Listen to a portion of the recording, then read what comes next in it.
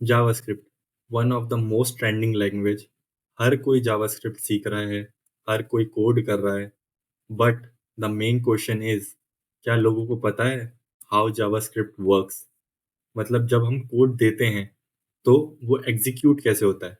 Background की क्या कहानी है जावास्क्रिप्ट की? जब हम कोड को एग्जीक्यूट करते हैं तो वो बैकग्राउंड में जाके कैसे रन होता है एंड कैसे एग्जीक्यूट होके वो हमें आउटपुट देता है। आइए वो समझते हैं कि हाउ जावास्क्रिप्ट वर्क्स बैकग्राउंड में, या बैक स्टेज क्या काम होता है, समझते हैं इस वीडियो में। जैसे हर चीज़ के लिए एक इंजन चाहिए होता है, ऐसे ही हमारी जावास्क्रिप्ट के लिए भी एक इंजन चाहिए, एक पिलर चाहिए जिसकी हेल्प से वो रन कर पाता है। सो जैसे कार के लिए हमें एक इंजन चाहिए होता है उसे रन करवाने के लिए, वैसे ही हमारी जावास्क्रिप्ट को भी एक इंजन चाहिए जिससे वो रन हो सके। सो जो वो इंजन है वो हमारा कॉल स्टैक कहलाता है। Call stack, so basically call stack है जिसकी वजह से हमारे सारा कोड एग्जीक्यूट होता है। जैसा बहुत लोगों ने सुना होगा कि जावास्क्रिप्ट एक सिंगल थ्रेडेड लैंग्वेज है।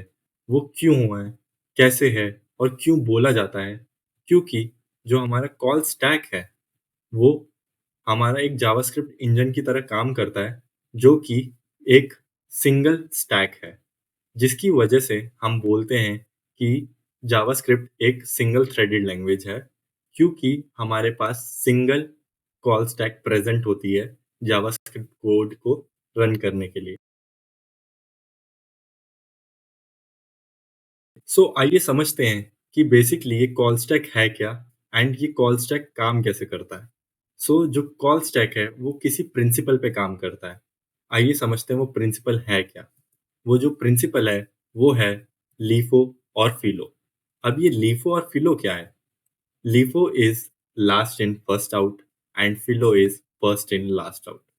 दोनों का सेम मतलब होता है, बस लास्ट इन फर्स्ट आउट बोलते हैं लीफो, एंड फिलो को फर्स्ट इन लास्ट आउट बोलते हैं, जो कि हमारा प्रिंसिपल है जिस पे कॉल स्टैक काम करता है। क्योंकि at the end of the day जो हमारा कॉल स्टैक है वो है तो एक स्टैक ही, तो जो स्टैक प्रिंसिपल फॉलो करता है वही कॉल स्टैक भी प्रिंसिपल फॉलो करेगा, जो कि है लीफो और फिलो। मैंने एक चीज, एक्चुअली 2 चीज़ें नोटिस करी हैं कॉल स्टैक की। आइए समझते हैं वो 2 चीज़ क्या हैं। सबसे पहली है कि पुश इनटू कॉल स्टैक। अब इसका क्या मतलब हुआ? बेसिकली जब भी हम किसी कोड को एग्ज़ीक्यूट करते हैं या कोड को रन करते हैं, तो हमें उसे कहाँ पुश करना पड़ेगा? उसे कॉल स्टैक में पुश करना पड़ेगा। तभी वो जाके कोड रन हो पाएगा या हमारा जावास्क्रिप्ट उस कोड को रन कर पाएगा। बेसिकली जो इंजन है या जो मेन पार्ट है वो हमारा कॉल स्टैक ही है, जिसकी हेल्प से हमारा कोड रन हो पाता है। एंड सेकंड जो मैंने कॉल स्टैक की चीज नोटिस करी है वो है कि call stack waits for no one. इसका मतलब हुआ कि जो हमारा कॉल स्टैक है वो कभी किसी का वेट नहीं करता है। अगर कॉल स्टैक के पास कोई कोड पहुंचा तो वो किसी थर्ड बंदे का या किसी की अप्रोच का वेट नहीं करेगा। वो सीधा उस कोड को एग्जीक्यूट कर देगा एंड हमें उसका आउटपुट या जो भी उससे रिजल्ट आना था वो रिजल्ट हमें मिलेगा। इसका मतलब ये नहीं हुआ कि जो हमारा कॉल स्टैक है बस वो ही हमारे जावास्क्रिप्ट को रन कर रहा है। हमारे कॉल स्टैक को भी कुछ चीजें चाहिए जिसकी हेल्प से हमारा कॉल स्टैक उन कोडों को रन करता है। आइए जानते हैं वो बाकी चीजें क्या हैं। जैसे ही हमारा कोड है वो आता है, जैसे ही हम किसी कोड को रन करते हैं, एग्जीक्यूट करते हैं, तो वो कॉल स्टैक के पास जाने से पहले उसके साथ कुछ और भी होता है। वो सीधा हम उसे पुश नहीं कर देते हैं कॉल स्टैक में। उससे पहले जब हम कोड को रन करते हैं, तो वो उस कोड का एक ग्लोबल एग्जीक्यूशन कॉन्टेक्स्ट क्रिएट करता है। एक कॉन्टेक्स्ट क्रिएट होता है जो कि बाद में कहाँ जाता है? हमारे कॉल स्टैक में जाता है रन होने के लिए। सो सीधा ही कोड पुश नहीं हो जाता हमारे कॉल स्टैक में। उससे पहले उसका एक ग्लोबल एग्जीक्यूशन कॉन्टेक्स्ट बनता है जहाँ पे उस कोड को रीड किया जाता है एंड रीड करके डिस्ट्रीब्यूट किया जाता है। अब ये डिस्ट्रीब्यूट कहाँ हो रहा है? एज़ मैंने आपको बताया था कि जो कॉल स्टैक है, वो कुछ पिलर्स हैं की वजह से काम कर पाता है या उसे भी हेल्प चाहिए होती है कुछ चीज़ों की, जिसकी हेल्प से वो काम कर पाता है। सो जब वो उस कोड को रीड करते हैं हम, तो उसमें से चीज़ों को छाँटते हैं, फ़िल्टर आउट करते हैं कि क्या चीज़ कहाँ जानी चाहिए। सीधा हम कॉल स्टैक में हर चीज़ को नहीं फेंक देते, क्योंकि बहुत सारी डिफरेंट डिफरेंट चीज़ें हमारे जावास्क्रिप्ट में, जैसे कि set time out, set intervals, promises, बहुत सारी चीज़ें हैं जो सीधा हम कॉल स्टैक को नहीं दे सकते एग्जीक्यूट करने के लिए। सो उसके लिए कुछ डिफरेंट डिफरेंट चीज़ें हैं जो उन चीज़ों को हैंडल करता है। आइए जानते हैं वो क्या-क्या चीज़ें हैं। So back of the stage हमारे पास 4 इम्पोर्टेंट पिलर्स हैं जो कि कॉल स्टैक की हेल्प करते हैं, जो कि है web API, micro task Q and most important event loop. अब ये मैंने इवेंट लूप को मोस्ट इम्पोर्टेंट क्यों कहा? ये बहुत इंटरव्यूज में भी पूछा जाता है कि इवेंट लूप है क्या? Basically event loop is a guard, kind of a monitor, जो कि मॉनिटर करता है हर जगह, हर चीज़ पे, कॉल स्टैक पे भी, वेब एपीआई पे भी, माइक्रो टास्क क्यू पे भी और टास्क क्यू पे भी। इसी की हेल्प से हम हर कोड को कॉल स्टैक तक पहुँचा पाते हैं।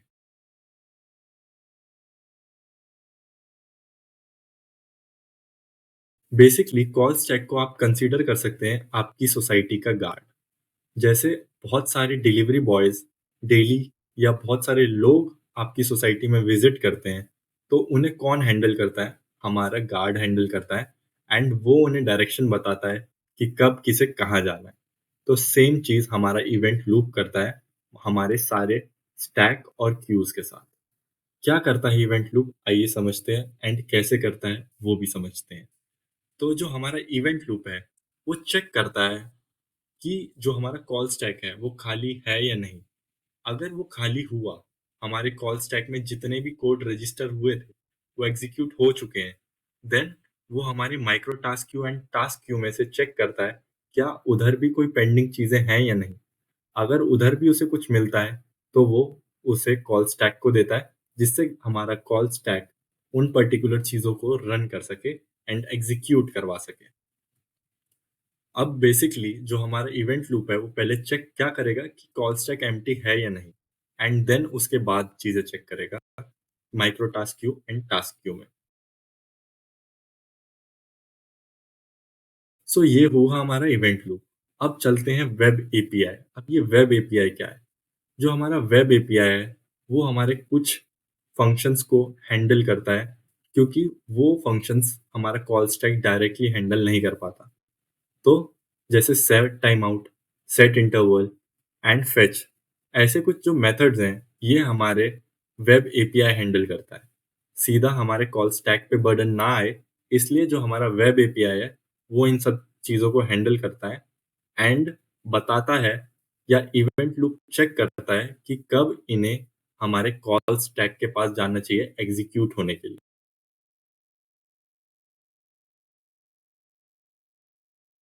क्या होता है जब सेट टाइम आउट जैसे एग्जांपल लेते हैं, वो वेब एपीआई के पास जाता है, तो उसके साथ एक टाइमर भी चलता है।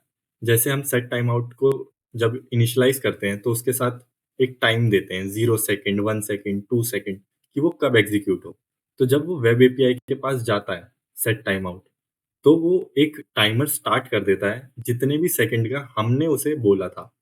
चाहे वो 5 सेकंड का हो या वो 10 सेकंड का हो, जिससे वो मॉनिटर करता है वेब एपीआई कि वो उसे कब एग्जीक्यूट या कब उसका जो टाइमर है वो ओवर हो चुका है एंड कब वो रेडी है उस कोड को रन करवाने के लिए।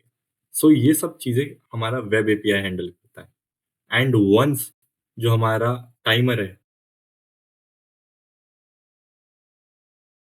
उसका टाइम खत्म होता है, तो वेब एपीआई क्या करता है, उसे भेज देता है कहाँ पे, हमारे टास्क क्यू के पास। अब जो जैसे सेट टाइम आउट है, उसका जो कॉल बैक फंक्शन है, वो टास्क क्यू के पास चला जाता है कि आई एम रेडी, ठीक है? अब मैं रेडी हूँ एग्ज़ीक्यूट होने के लिए। क्या मैं जाऊँ कॉल स्टैक के पास या नहीं? और ये क्या कौन बताएगा? ये हमारा इवेंट लूप बताएगा। क्यों? पहले वो इवेंट लूप चेक करेगा कि भाई कॉल स्टैक खाली है या नहीं। वंस कॉल स्टैक खाली हुआ, तो वो जो टास्क क्यू है, जो सेट टाइम आउट का हमारा कॉल बैक फंक्शन है, उसे ले जाएगा और कॉल स्टैक को दे देगा, जिससे हमारा कॉल स्टैक उसे एग्जीक्यूट कर पाए एंड उसका रिस्पॉन्स या जो भी आउटपुट है, वो एग्जीक्यूट होके हमें दिख सके।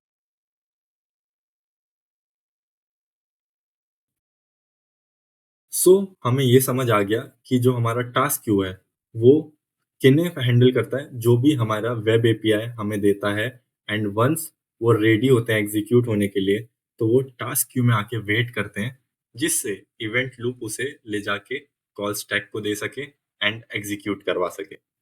अब जो हमारा माइक्रो टास्क क्यू है, वो क्या करता है? वो हमारे प्रोमिसेस को हैंडल करता है, ठीक है? अब जो हमारे प्रोमिसेस हैं, वो एक अलग टास्क क्यू में असाइन होते हैं, जिसे कहते हैं माइक्रो टास्क क्यू, ठीक है? अब एक सिचुएशन ऐसी भी आ सकती है, जिधर micro task Q and task Q दोनों में कुछ ना कुछ प्रेजेंट है। माइक्रो टास्क क्यू में एक प्रॉमिस वेट कर रहा है और एक टास्क क्यू में सेट टाइम आउट वेट कर रहा है। तो अब इवेंट लूप क्या करेगा? पहले वो चेक करेगा कि कॉल स्टैक खाली है या नहीं। उसे मिला कि भाई रिस्पॉन्स में कि कॉल स्टैक खाली है। अब वो प्रोमिसेस को लेके जाए या सेट टाइम आउट को? क्या जो अब हमारा इवेंट लूप है, वो हमारे टास्क क्यू से सेट टाइम आउट के कॉल बैक को लेके जाएगा, या वो प्रोमिसेस को लेके जाएगा एग्जीक्यूट करवाने के लिए, या वो दोनों को एक साथ लेके जाएगा? आइए समझते हैं कि ये कैसे काम करता है। सो बेसिकली जो इवेंट लूप है, वो थोड़ा बायस्ड है। वो प्रेफरेंस देता है। किसे? वो प्रेफरेंस देता है micro task queue over task queue. So जो माइक्रो टास्क क्यू है, उसको ज़्यादा प्रेफरेंस मिलती है as compared to task queue. इसे आप कुछ ऐसे भी समझ सकते हैं कि जो हमारी माइक्रो टास्क क्यू है, वो एक वीआईपी लाइन है किसी मंदिर की या कहीं विज़िट करने के लिए, एंड जो टास्क क्यू है, वो नॉर्मल सीधे-साधे लोगों के लिए है। तो इधर थोड़ा बायसनेस है। जो हमारा इवेंट लूप है, वो थोड़ा बायस्ड है माइक्रो टास्क क्यू को लेके। वो पहले माइक्रो टास्क क्यू के टास्क को कहाँ भेजेगा? कॉल स्टैक में भेजेगा एंड देन टास्क क्यू के, ठीक है? सो बेसिकली ये 4 पिलर हैं, जो कि हमारी कॉल स्टैक को हेल्प करते हैं, किसमें? कोड एग्ज़ीक्यूशन करने में। जो हमारा कोड हमें मिलता है, जब हम किसी कोड को रन करते हैं जावास्क्रिप्ट में, तो ये 4 पिलर हैं, web API, micro task Q और टास्क क्यू एंड हमारा इवेंट लूप, जो कि कॉल स्टैक को हेल्प करते हैं कोड को एग्जीक्यूट करने में, ठीक है? आई होप आपको ये सारी चीज़ें समझ आई हों, एंड इसे और बेटर समझने के लिए मैं आपको एक एग्ज़ाम्पल से रियल लाइफ़ का एक कोड लेके समझाता हूँ कि अगर वो कोड दें, तो वो कैसे रियल लाइफ़ में एग्जीक्यूट होगा। सो ये कोड जब हम रन करेंगे, तो हमारा जावास्क्रिप्ट इसे कैसे एग्जीक्यूट करेगा, आइए समझते हैं। सारी चीज़ें जैसे जो हमने अभी पढ़ी है, उसके बेसिस पे ही है। तो अब देखते हैं कि ये लाइन वाइज़ जब हम इस कोड को रन करेंगे, तो ये कोड क्या आउटपुट देगा एंड कैसे आउटपुट देगा। तो जैसे ही मैं ये कोड को रन करूँगा, ठीक है? ये कोड आया मेरे पास और रन होने, तो सबसे पहले जैसे मैंने बताया था, एक ग्लोबल एग्जीक्यूशन कॉन्टेक्स्ट बनेगा, जिसमें 2 फेजेज़ होते हैं, memory phase and code phase, ठीक है? सो ये कोड आएगा एंड यहाँ पे रजिस्टर होगा सबसे पहले ग्लोबल एग्जीक्यूशन कॉन्टेक्स्ट में, एंड इसमें जो 2 फेजेज़ हैं, मेमोरी फेज़ और कोड फेज़, वो उसमें बँटेगा। ये सबसे पहले मेमोरी फेज़ में जो भी वेरिएबल इनिशियलाइज़ हैं, जो भी फंक्शन इनिशियलाइज़ हैं, उन्हें रजिस्टर कर लेगा मेमोरी फेज़ में, ठीक है? एंड बाकी जो चीज़ें हैं, उन्हें देखते हैं वो कैसे रन होंगी और कैसे क्या होगा, आइए समझते हैं।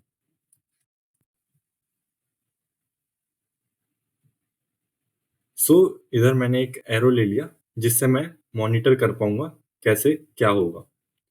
तो सबसे पहले वो आया स्टार्टिंग की लाइन पे, इधर उसे मिला एक फंक्शन।